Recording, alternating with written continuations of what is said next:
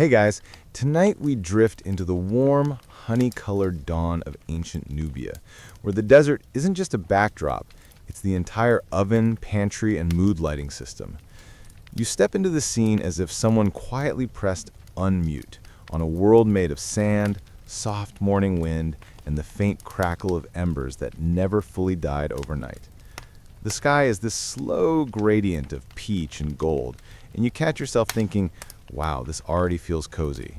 And then, of course, a tiny reality check settles in. You probably wouldn't survive 5 minutes out here without sunscreen, shade, or the ability to casually drink a gallon of water before breakfast. So, before you get comfortable, take a moment to like the video and subscribe, but only if you genuinely enjoy what I do here. And hey, tell me in the comments where you're watching from and what time it is for you right now. Now, dim the lights, maybe turn on a fan for that soft background hum, and let's ease into tonight's journey together. You trudge through the fine, warm sand toward a cluster of mud brick homes. The air's still cool enough that each breath feels fresh. A few households are already awake. Someone is sweeping, someone is stretching, and someone is attempting to convince a stubborn goat that today is the day it will behave. Spoiler, it won't. But your attention drifts to the bakery space, really more of a shaded courtyard framed by woven mats and low walls, where the first task of the day is waking the dough. You hear the soft, rhythmic thudding of grain being milled. Two women work a large saddle corn, pushing and pulling in practiced harmony. The grinding is steady, meditative, and oddly soothing, like ASMR before microphones were invented. And here's your mainstream historical fact for the section. Ancient Nubians relied heavily on emmer and barley, grains that adapted well to the region's dry climate. Their bread production wasn't just daily necessity, it was a community anchor. You're shown a clay bowl holding yesterday's leftover starter, a bubbly, slightly sour concoction that looks modest but holds entire days' worth of flavor. It's the ancestor of your modern sourdough trend, except no one here is taking pictures of it for social media. You're told to stir it, slowly. It resists at first, thick and sleepy, like it's not a morning person either. Someone hands you a goatskin pouch filled with water from the Nile. It's cool against your palm, and when you pour just a trickle into the flour mixture, you notice how carefully everyone watches. Timing, texture, moisture. Historians still argue whether Nubians favored a consistently thick dough or deliberately varied moisture levels to match different oven temperatures. But right now, your concern is simply not embarrassing yourself. As you knead, the dough becomes smooth, elastic, and surprisingly alive. You feel it push back, stretch, and settle. A tiny toughness that makes sense in a place where everything survives by being a little stubborn. A light joke pops into your mind. If bread has personality, a Nubian dough is definitely the "I woke up at 4 a.m. because the desert told me to" type. Nearby, a baker sprinkles crushed date seeds into her mix, a fringe tidbit that surprises you because apparently date seed flour wasn't uncommon here. It adds a gentle bitterness and stretches grain supplies during lean seasons. She works silently but smiles at your surprised expression, as if she's been waiting all morning for someone to notice. As the sun climbs higher, the courtyard brightens.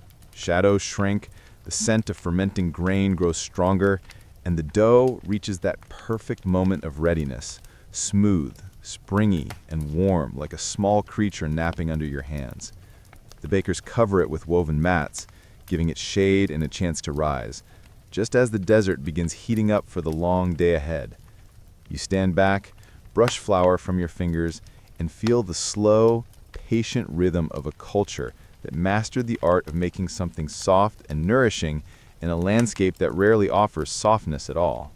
You stay in the courtyard as the morning deepens, letting the rising heat wrap around you like a blanket with opinions. The dough has rested long enough, and one of the bakers gives you a subtle nod. Time to start shaping the loaves before the desert decides to make everything melt, including your enthusiasm. You're led to a low wooden board dusted with coarse bran. The texture is rough beneath your palms, almost scratchy, and the bran sticks lightly to your skin like glitter you didn't sign up for. A baker places a rounded lump of dough in front of you and demonstrates the gentle, circular motions used to coax it into shape. You mimic her movements. Your loaf looks like an uneven potato with self-esteem issues, but she gives you a reassuring pat on the shoulder anyway. The mainstream historical fact arrives naturally here.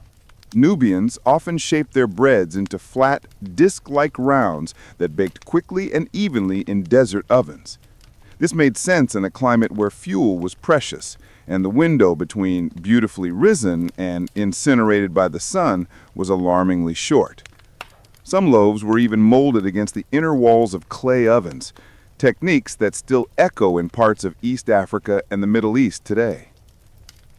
One of the men gestures for you to follow him toward the sand-lined fire pits. The smell of smoke lingers in the air, warm and earthy. As you approach, you notice stones arranged in a careful ring, each one blackened from countless firings. Beneath the stones, yesterday's fire still holds a faint glow. He uses a long stick to stir the ashes, revealing pockets of orange heat like tiny sunsets hiding underground. The fringed tidbit makes its entrance.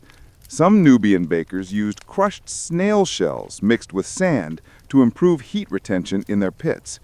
You don't see snail shells today, but the baker explains how older generations swore the method kept temperature stable. You imagine ancient grandmothers wagging fingers and insisting, "Trust the snails." And honestly, you'd probably listen. A few workers gather dried acacia branches, thin, spindly, and perfect for quick, hot burns. They stack the wood into the pit with slow, practiced motions. You hear a faint crackle as someone lights the tinder, and soon the flames rise just high enough to whisper against the stones. There's something mesmerizing about how quiet the fire seems, as if it's being polite this early in the day. The heat intensifies quickly, radiating through the soles of your feet, even though you're several steps back. You're handed a long paddle, smooth and worn by years of use, and told to clear a space in the sand where the first batch of breads will sit. You sweep the glowing embers aside, revealing a layer of fine, hot sand underneath. Historians still argue whether these sand baking techniques influenced later tandoor and taboon oven traditions, or whether they evolved independently across regions. But as you watch the bakers work, each movement so fluid and confident, you feel that shared human ingenuity stretching backward through time. With the pit hot and ready, the bakers begin placing the shaped loaves into the sand, carefully, almost ceremonially. Each dough round makes a soft thump as it lands, and you notice how quickly the surface begins to mat over, forming a thin skin that protects the interior from grainy texture. It's like the bread is wearing tiny desert armor. You're allowed to place one loaf yourself. You slide it from the paddle, and try not to flinch when the heat rushes upward, wrapping your hands in a wave of air so hot it feels like it has personal opinions about your hydration levels. You manage not to drop the loaf or scream. Small victories matter. A small joke forms in your mind. At this point, the desert isn't just an oven. It's the dramatic, extra cousin who insists on being involved in every activity. And honestly, it kind of works. The bakers cover the loaves with another thin layer of sand, trapping heat from all sides. You step back again, shading your eyes, watching the faint wisps of steam escape like tiny ghosts of breakfast. Minutes stretch slowly here. The air hums. The fire crackles. A hawk circles lazily overhead, probably judging your baking form. The heat becomes a physical presence, pressing gently against your face, your arms, your neck. And yet the courtyard feels peaceful. Like this is the kind of slow, deliberate routine humans have practiced for thousands of years. One baker crouches, brushing aside the top layer of sand. The loaves emerge golden, puffed, and slightly dimpled. You're surprised to see how clean they look. Hardly any sand clings to them, a testament to techniques perfected across generations. A woman taps a loaf with her knuckle. The hollow sound rings like approval. She smiles, hands you a fresh one, and gestures for you to blow on it. Steam escapes in a soft plume, carrying the scent of grain and earth, a little tangy from the starter, a little sweet from the desert air. You take a small bite. It's warm, dense, and comforting, with a surprising hint of sourness and smoke. It tastes like a place that created life beside a river, yet learned to survive everywhere else. And as the morning heat builds, you sense the day stretching forward, a long arc of sun, sand, stories, and enough bread to feed more than just a village. You wander with the bakers as they carry baskets of warm loaves toward the village center, moving in this unhurried rhythm that seems perfectly designed to lower your heartbeat by several notches. The sun has fully claimed the sky now, turning everything into shades of amber and copper. Shadows grow crisp, sounds feel sharper, and even the breeze seems to travel lazily, as if it's conserving energy for more important tasks, like not melting. As you walk, you notice how the village is waking properly this time. Children chase each other around storage huts, laughing in short bursts before running off again. An older man sits by his doorway repairing a fishing net, humming a tune that repeats just enough times to lodge itself into your memory. And not far away, a small group of merchants unwrap their wares, rolling out textiles, beadwork, and jars full of fragrant herbs that practically demand you take a sniff. This is where the mainstream historical fact comes in. Ancient Nubia sat at the crossroads of major trade networks. Everything from incense to gold to grain moved through these communities, shaping not just their economy, but their culinary traditions too. The breads you helped bake this morning, they didn't exist in isolation. They absorbed influences from Egyptians, Kushites, desert nomads, and those who traveled the Nile like a natural highway. You drift past a group of merchants talking in that energetic, gossipy way people always do when business overlaps with curiosity. One points to the fresh bread baskets and jokes that he can smell your rookie loaf from a distance. You roll your eyes, but it's all in good humor. Another reminder that ancient people teased each other just as effectively as modern ones. Someone else chimes in about how one family used to add crushed fenugreek seeds to their dough, claiming it kept bread moist longer. That's your fringe tidbit. Fenugreek wasn't just a spice, but a little desert life insurance policy. You pause beside a pottery stand where a woman is shaping small cups on a wheel. She nods at your flour-dusted clothes and says, "You've been in the bakery, I see." You confirm, and she grins as if she's caught you doing something dangerously wholesome. She hands you a warm cup of barley drink, nutty, slightly sweet, refreshing in a way that surprises you. You sip slowly, letting it coat your throat. Merchants continued trading stories about caravan routes, harvest patterns, and who's secretly hiding extra spices for trade season. Historians still argue whether Nubian village markets were primarily local affairs or whether they functioned as miniature trade hubs linked to larger centers along the Nile. Listening to these conversations, you'd bet on the latter. The energy here feels connected, like news and ingredients move through the village as naturally as the wind. You take a seat on a woven mat beneath a patch of shade. A few bakers join you, spreading fresh loaves across the mat. They break pieces off, handing them around, and soon casual chatter fills the air. Someone tells a joke about a fisherman who tried to use bread to lure in river fish. I swear, even the crocodiles laughed at him. And you can't help but imagine a very sarcastic crocodile applauding politely. The breadbasket empties faster than you expect.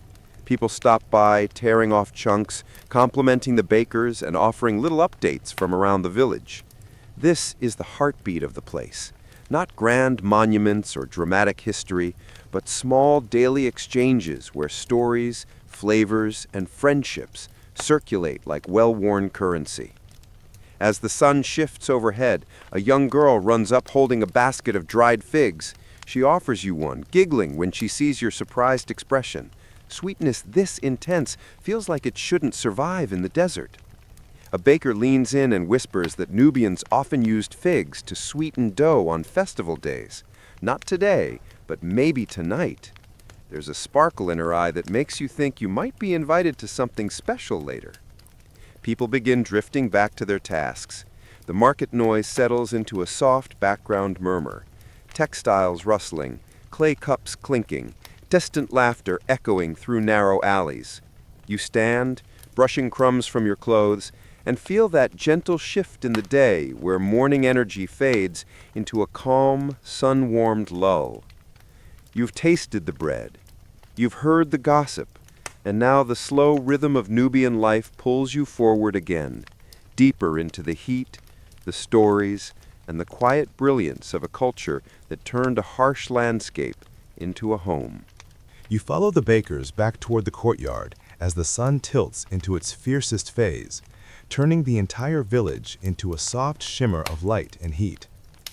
This is the hour when the air starts to feel thick, as if you're walking through a warm, invisible curtain. Even the goats seem quieter now, retreating into patches of shade with expressions that say, absolutely not doing anything productive until sunset. The bakers don't slow down, though. This part of the day is crucial, the moment when the final batches of dough must be handled with the precision of someone who knows the desert doesn't negotiate. You step under a stretch of woven palm fronds, grateful for the thin slice of shadow. The second round of dough has risen beautifully, swelling against the baskets, domed and springy like they've been practicing this move for centuries. Here comes your mainstream historical fact. Nubian baking relied heavily on carefully timed heat cycles. Daytime ovens reached scorching highs, so bakers had to pull off a delicate dance, working fast enough to use the peak heat, but slow enough to avoid scorching or drying out the dough. That balance defined their reputation as some of the most skilled bakers along the Nile corridor. One of the older bakers gives you a small bowl of water infused with crushed tamarisk leaves. He dips his fingers into it and sprinkles the droplets onto a round of dough before shaping it. You do the same, noticing how the dough instantly relaxes under the moisture. And with a half smile, he explains the fringe tidbit of the day. Some Nubian bakers believed tamarisk water helped coax moisture spirits into the bread. A playful superstition, but also a practical way to keep dough hydrated under brutal heat. Try not to anger the spirits, he jokes, and you pretend to look very serious as you sprinkle the water with monk-like concentration. A younger baker laughs and says, the real spirits you should fear are the watchful aunties who inspect every loaf like seasoned generals. You nod wisely. You understand.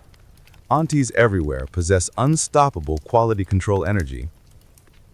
The desert heat intensifies. It radiates upward from the sand in shimmering waves, curling around your ankles, reaching your knees, climbing higher like a warm tide. The pits have been restoked, and the sand now glows with hidden heat beneath its smooth surface. A baker lifts the lid from the clay dome oven nearby, and a surge of hot air rolls out, wrapping around you like a hairdryer set to aggressively confident.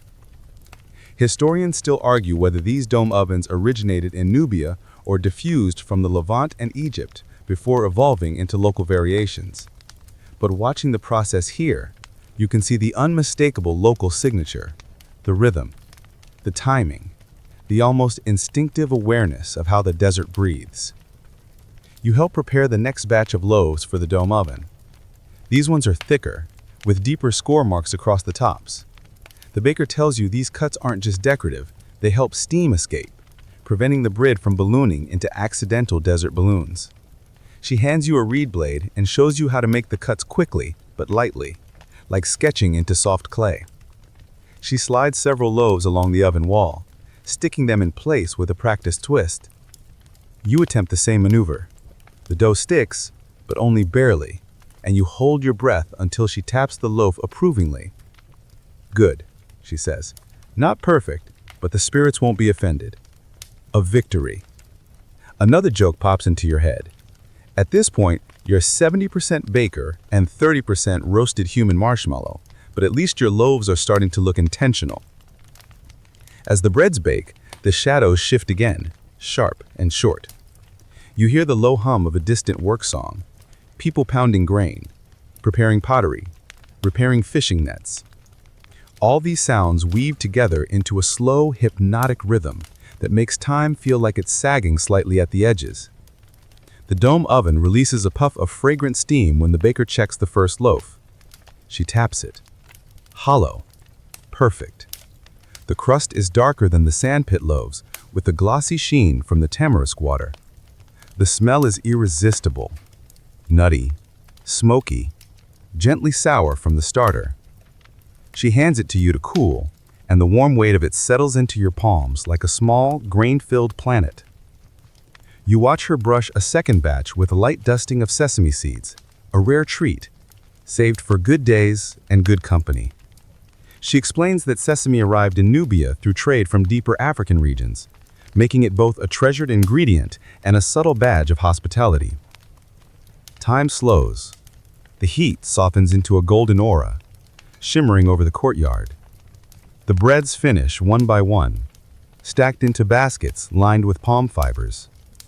Each loaf looks a little different, shaped by human hands, shaped by the desert itself. You take a moment to breathe in the scent of everything around you. Smoke, flour, rising dough, hot sand, tamarisk, sesame, and realize how these quiet techniques have traveled through centuries, passed from baker to baker, carved into memory like soft marks on clay. And now, the final task of the day awaits you, sharing everything you helped create. You carry one of the baskets toward the riverbank, following the bakers as the day begins its slow slide toward evening. The shadows lengthen again, softer now, stretched like relaxed limbs across the sand. The air cools just enough to feel like the desert is finally unclenching its jaw.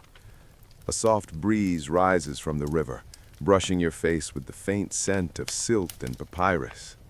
People gather naturally at the river this time of day. Children splash in the shallows, sending up tiny arcs of water that catch the sunlight like broken glass. A pair of fishermen pull in their nets, muttering about how the river gods probably gave all the fish a lunch break. A group of older women sit beneath a woven canopy, grinding spices, laughing in low, warm waves. The bakers spread mats across the ground, setting down the baskets of bread like prized treasures. And truly, in a place where the desert can be stubborn and stingy, each loaf is a treasure, proof of patience, timing, and a kind of quiet collaboration between humans and landscape. You sit among them, taking a loaf into your hands. The crust crackles as you break it open, releasing steam scented with tamarisk and sesame. Inside, the crumb is soft, warm, almost velvety. You tear off a piece, dip it into a bowl of lentil stew someone passes your way, and suddenly every moment of sweat and heat and desert marshmallow roasting you've endured feels worth it. Here comes your mainstream historical fact. Nubian meals were deeply communal. Bread wasn't just food. It was a centerpiece of social life, offered to guests, shared at ceremonies, woven into spiritual traditions. Eating together wasn't optional. It was woven into the cultural fabric like dye into cloth. A young boy sits beside you, studying your face with that intense curiosity only children fully commit to. Then he asks why your eyebrows look tired. You almost choke laughing, and one of the bakers pats your shoulder sympathetically. Desert heat will do that, she says, trying not to smile too wide. The boy offers you a roasted date as consolation, and you accept it like a peace treaty. The fringe tidbit arrives as one of the older women tells the story of a legendary baker who supposedly baked a loaf so perfect it stayed fresh for 10 days. 10 days, you ask, eyebrows raised. She nods sagely. The younger bakers roll their eyes. Apparently this story has been debated for generations. One mutters, "If that loaf stayed soft for 10 days, then I'm a hippo." Still, she grins. The story persists, embroidered a little more with each retelling. Historians still argue whether Nubians flavored ceremonial breads with aromatic resins. Some evidence hints at it, but interpretations vary. The bakers here chime in with their own opinions, swapping theories the way modern people argue about which relative makes the best holiday meal. You quietly enjoy the fact that even thousands of years later, humanity's favorite hobby remains debating food. As the sun dips low, the conversations soften. Someone begins a gentle song, slow, steady, full of elongated notes that ripple across the water. People hum along, a few sway. The melody feels ancient, like it has traveled down the Nile on 100,000 evenings just like this one.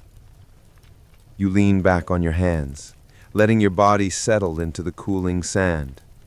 The sky has begun its shift into peach and violet, clouds brushing faint streaks across the horizon. The heat of the day drains away, replaced by something gentler, calmer, almost weightless. You realize you stepped into a rhythm older than empires, a rhythm built on fire pits, river breezes, shared bread, and the simple, enduring truth that even in a harsh landscape, people always find ways to nourish one another. The bakers continue passing loaves around the circle, making sure no one goes hungry, not even the traveler who nearly melted before noon. You take another bite, slow and unhurried. The crust crackles softly.